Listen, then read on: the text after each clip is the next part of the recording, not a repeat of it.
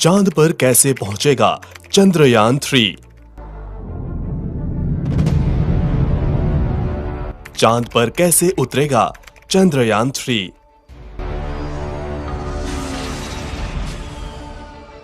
चांद पर क्या काम करेगा चंद्रयान-3।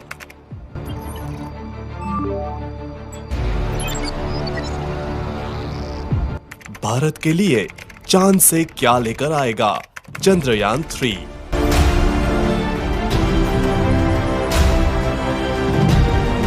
14 जुलाई 2023 दोपहर 2:35 पर भारत के लिए वह पल आया जब भारत का बाहुबली रॉकेट LBM-3M4 आसमान में बादलों को चीरते हुए चंद्रयान-3 को लेकर चांद की तरफ चला। जब रॉकेट को लॉन्च किया गया तो इसकी शुरुआती रफ्तार 1627 किलोमीटर प्रति घंटा थी। आज हम इस वीडियो में आपको बताएंगे कि पृथ्वी से चांद की सतह तक पहुंचने में चंद्रयान-3 को किन प्रक्रियाओं से गुजरते हुए चांद तक पहुंचेगा। आइए जानते हैं विस्तार से। करेक्ट 2:35 पर रॉकेट LBM-3M4 का इंजन स्टार्ट हुआ और चंद्रयान-3 को हमारा रॉकेट बादलों को चीरते हुए चंद्रयान-3 को लेकर चांद की तरफ चला। और जैसे ही चंद्रयान-3 को लेकर रॉकेट बढ़ रहा था, हर एक भारतीय का सीना गर्व से चौड़ा हो गया। चंद्रयान-3 के साथ ही हमारी चांद की अगली यात्रा शुरू हुई। सबसे पहले दोनों बूस्टर रॉकेट स्टार्ट हुए। रॉकेट लॉन्च के 108 सेकंड बाद 45 किलोमीटर की ऊंचाई पर इसका लिक्विड इंजन स्टार्ट होने के बाद रॉकेट की रफ्तार 6437 किलोमीटर प्रति घंटा हो गई। बाहुबली रॉकेट LBM-3M4 चंद्रयान-3 को लेकर चांद की तरफ बढ़ा। रोंगटे खड़े कर देने वाला वो पल, बादलों को चीरते हुए अपनी तेज रफ्तार से आगे बढ़ते हुए LBM-3M4 अपनी चंद्रमा की यात्रा प्रारंभ कर चुका था। 130 सेकंड यानी आसमान में 62 किलोमीटर की ऊंचाई पर पहुंचने पर दोनों बूस्टर रॉकेट से अलग हो गए और रॉकेट का मेन इंजन स्टार्ट हो गया। बता दे कि रॉकेट को अलग करने का कार्य मशीनों के माध्यम से किया जाता है। दोनों बूस्टर रॉकेट से अलग होने के बाद रॉकेट की रफ्तार 7000 किलोमीटर प्रति घंटा पहुंच गई थी। दोनों अलग हुए बूस्टर रॉकेट को इसरो के वैज्ञानिकों ने सॉफ्टवेयर की मदद से समुद्र में गिरा दिया और रॉकेट का मेन इंजन चंद्रयान-3 को लेकर आगे बढ़ता रहा। 196 सेकंड पर रॉकेट से दोनों हीट शील्ड अलग हो गई, यानी यान के अगले हिस्से से दोनों शील्ड अलग हो गई।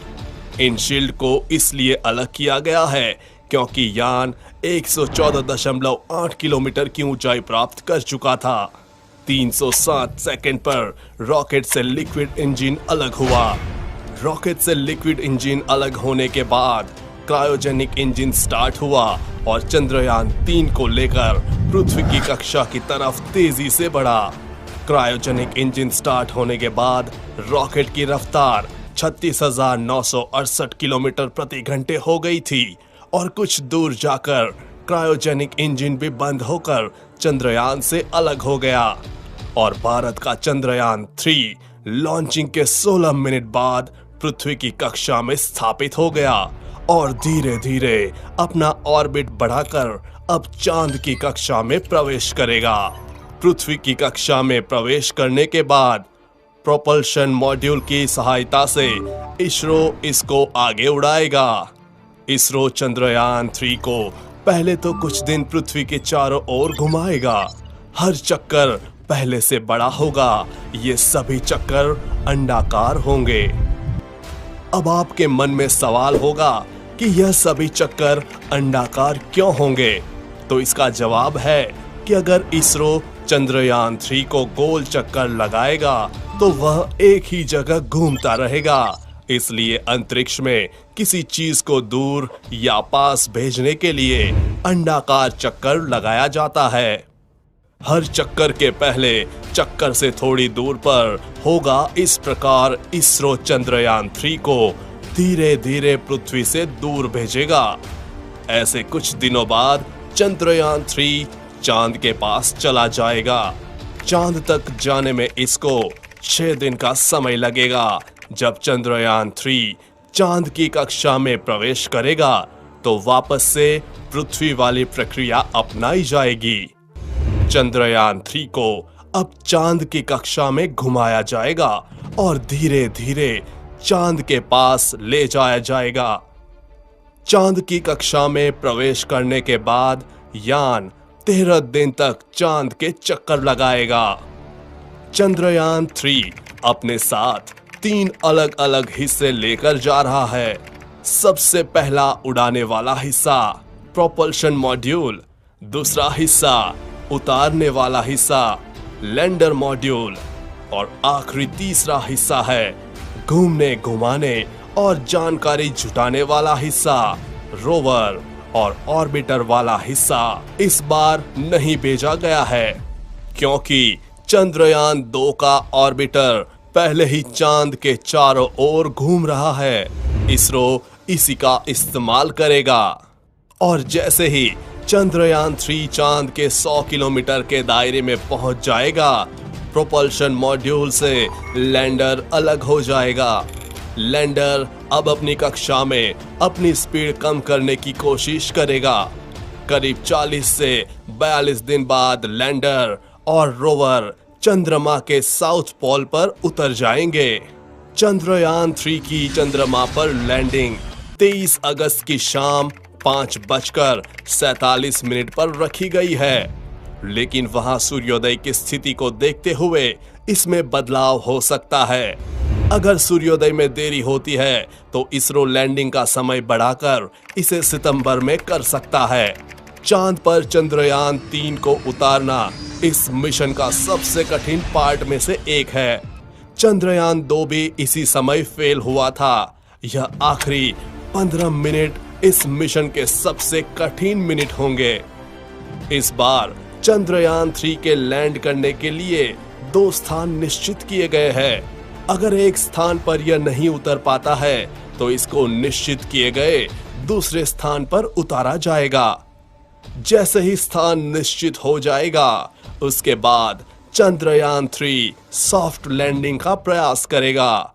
जैसे ही चंद्रयान 3 चांद की सतह पर सॉफ्ट लैंडिंग कर जाएगा, उसके बाद इसरो के वैज्ञानिकों की कमांड पर रोवर लैंडर से बाहर आएगा। उसके बाद चांद की सतह पर चलकर अपने प्रयोग करेगा। इसरो ने एक बार फिर अपने लैंडर का नाम विक्रम और रोवर का नाम प्रज्ञान रखा है। यह अभियान चांद की सतह पर रासायनिक तत्वों और मिट्टी, पानी के कणों जैसे प्राकृतिक संसाधनों को देखेगा। यह अभियान चांद की बनावट को लेकर हमारी जानकारी में महत्वपूर्ण इजाफा करेगा। वैज्ञानिक परीक्षण के लिए यह अंतरिक्ष यान अपने साथ कई उपकरणों को ले जा रहा है, जिसमें सिस्मोमीटर भी शामिल है ताकि चांद के भूकंप को मापा जा सके। वैज्ञानिक इस तरह के परीक्षण से चांद की सतह के तापमान और वहां के वातावरण के अन्य तत्वों को जान सकेंगे। इस पर ऊर्जा के लिए सोलर पैनल लगे होंगे, जिसकी सहायता से रोवर को चांद की सतह पर ऊर्जा मिलेगी और यह वहां पर चल पाएगा। जानकारी के लिए बता दें कि इस मिशन को यानी कि रोवर और लैंडर को 14 अर्थ डेज के मिशन पीरियड के लिए ही इनिशियली डिजाइन किया गया है। हालांकि अगर सब कुछ सही रहा तो 14 दिन बाद इस मिशन को एक्सटेंशन मिल सकता है, लेकिन फिलहाल के लिए इसरो के पास 14 दिन का ही समय होगा। चंद्रयान 3 भारत के हर भारतीय के सपनों को पूरा करते हुए भारत का इसरो ऊंचाइयों को छू रहा है। यह महत्वपूर्ण उपलब्धि हमारे वैज्ञानिकों के अथक मेहनत का प्रमाण है। हम उनके उत्साह और प्रतिभा को सलाम करते हैं। ये इंफॉर्मेशन आपको कैसी लगी? कमेंट में अपनी राय जरूर बताएं। चंद्रयान 3 पर आगे भी अपडेट्स आती रहेगी, इसलिए अपडेटेड रहने के लिए चैनल को सब्सक्राइब करके बेल नोटिफिकेशन ऑन जरूर कर लें। जल्द मिलेंगे ऐसी ही इंफॉर्मेटिव वीडियो के साथ। तब तक के लिए बी हैप्पी, बाय बाय।